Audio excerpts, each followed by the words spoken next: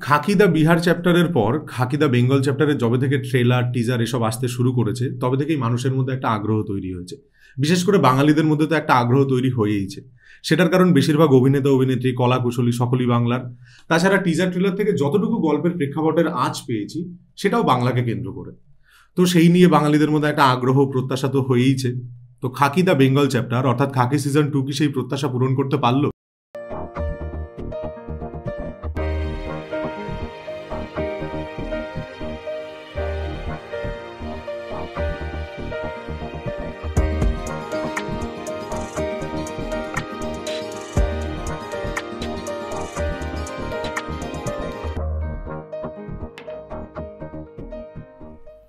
এই সিরিজের ক্রিয়েটার এবং শোরানার হলেন নীরাজ পান্ডে। তিনি খাকি দ্য বিহার চ্যাপ্টারেরও শোরানার এবং ক্রিয়েটার ছিলেন। নীরাজ পান্ডে ইন্ডিয়ান থ্রিলার ছবিতে খুব বড় একটা নাম। তার স্পেশাল 26 বা ওয়েডনেসডে আমার নিজেরও খুব ব্যক্তিগতভাবে পছন্দের থ্রিলার ছবি। নীরাজ পান্ডের থ্রিলার যে কারণে বেশি বিখ্যাত তা হচ্ছে খুব মেদহীন টান টান একটা স্ক্রিন প্লে, খুব ফাটফাট করে গল্প এগোতে থাকে, কোথাও আটকায় না। এটা নীরাজ পান্ডের স্পেশাল বৈশিষ্ট্য। তবে নীরাজ পান্ডের কিছু আন্ডারওয়েলমিং কাজও আছে। যেরকম রিসেন্টলি তার একটা কাজ বেরোলো অরমে কাহা দামতা, সেই কাজটা কিন্তু নীরাজ পান্ডের ভালো কাজগুলোর মধ্যে পড়ে বলে আমার মনে হয় না। তো খাকি কি নীরাজ পান্ডের আগের কাজগুলোর মতো হলো, অর্থাৎ ভিনটেজ নীরাজ পান্ডেকে কি আবার আমরা পেলাম? যদিও এর ডিরেক্টর নীরাজ পান্ডে নয়, এর ডিরেক্টর হচ্ছে তুষারকান্তি রায় এবং দেবত্ব মণ্ডল, তাও এই সিরিজের যে ফিলোসফি অর্থাৎ এই থ্রিলারের যে ফিলোসফি বলা যায় সেটা নীরাজ পান্ডেকেই ফলো করে। শুরুতেই যদি খাকি দ্য বেঙ্গল চ্যাপ্টারের গল্প নিয়ে কথা বলি তাহলে আমরা ট্রেলারে যেটা দেখতে পাচ্ছিলাম গল্পটা অনেকটা সেটাই। তবে এই গল্পের সবচেয়ে ভালো দিক হচ্ছে গিয়ে এখানে প্রচুর প্লট আছে, প্লট এবং সাবপ্লট প্রচুর। তাই এবং প্রচুর ইভেন্ট বেস করেছে এই সিরিজটাকে, অনেক ইভেন্ট বেস করা হয়েছে যে কারণে দর্শক খুব একটা বোর হয় না, কিছু না কিছু সর্বক্ষণ হয়ে যাচ্ছে। তো এই গল্পের মধ্যে এলিমেন্ট হিসেবে আছে রাজনীতি, ক্রাইম এবং পুরোটাকে একটা থ্রিলারের মোড়কে পেশ করার চেষ্টা করা হয়েছে।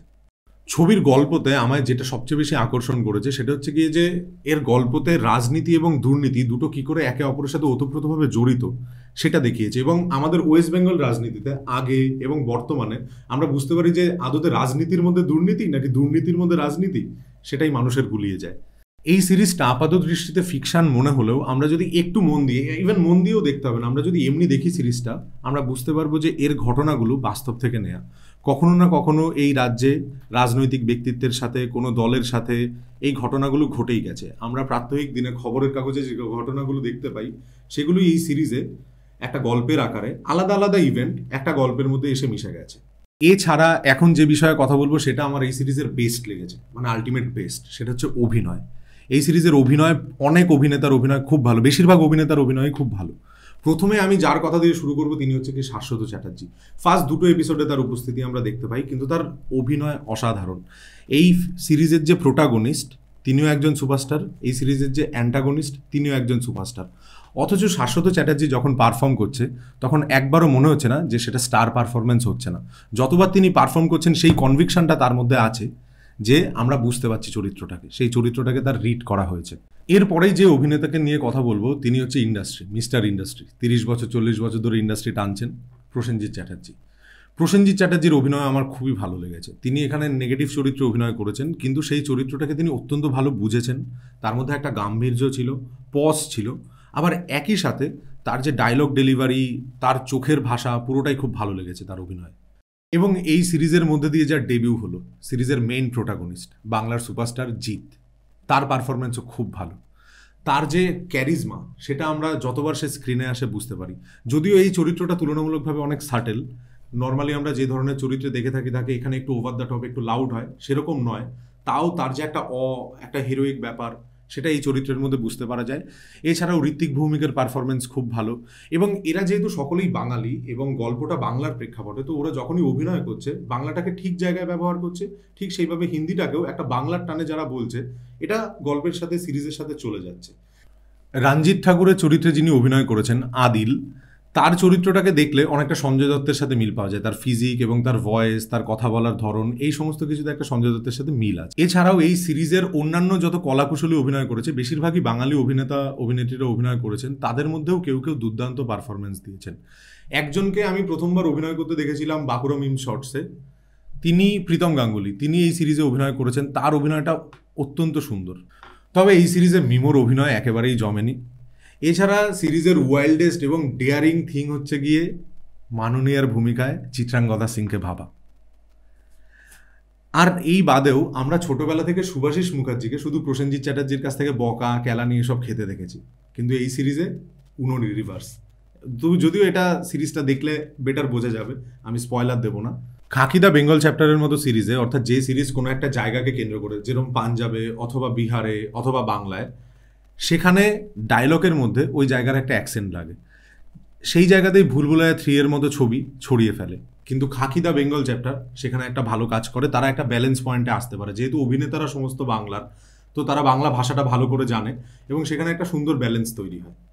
কিন্তু সংলাপগুলোকে কি আদতে ভালো বলা যায়? সেটা নয়। এই সংলাপগুলো আমাদের একেবারেই মনে থাকে না। যেরকম ফ্যামিলি ম্যান, মির্জাপুর বা সেক্রেট গেমসের ক্ষেত্রে ওই সিরিজের সমস্ত সংলাপ, সমস্ত নয় কিন্তু অনেক সংলাপ আমাদের মনে থাকে, এই সিরিজের ক্ষেত্রে সেটা হয় না।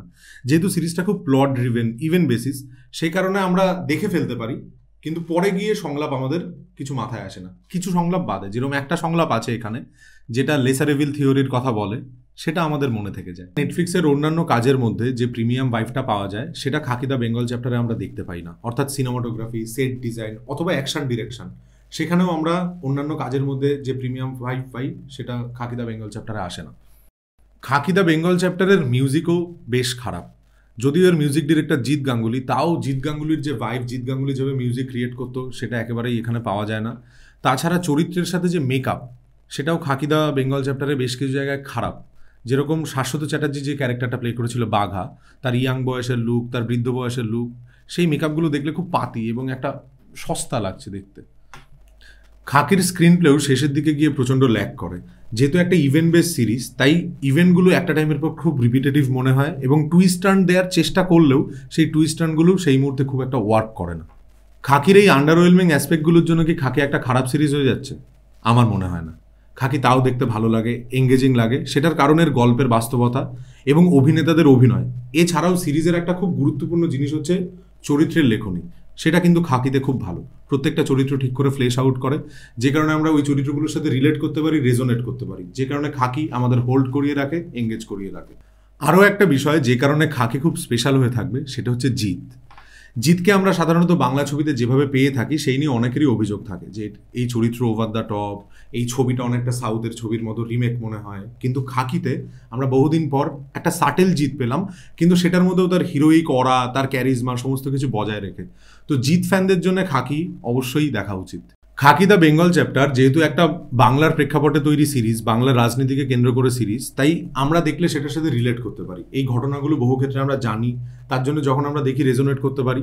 কিন্তু বাইরের লোকজনের কাছে, যারা বাঙালি নয়, তাদের কাছে এই সিরিজটা কিরম লাগবে সেটা কিন্তু একটা বড় প্রশ্ন। তবে আশা করি খাকি দ্য বেঙ্গল চ্যাপ্টারের পরে বাংলার অভিনেতা অভিনেত্রীদেরকে নিয়ে এবং বাংলার প্রেক্ষাপটে আগামীতে আরও কাজ আসবে, যা বাংলা ইন্ডাস্ট্রির জন্যে, বাংলার জন্যে একটা ভালো উত্তরণের দিক। আজকের ভিডিওটা তাহলে এখানেই শেষ করছি। এই ছিল খাকি দ্য বেঙ্গল চ্যাপ্টারের রিভিউ। যদি তোমরা দেখে থাকো সিরিজটা, তোমরাও জানাতে পারো কেমন কি লাগলো। আর এই ভিডিওটা ভালো লাগলে লাইক, শেয়ার এবং সাবস্ক্রাইব করতে ভুলো না।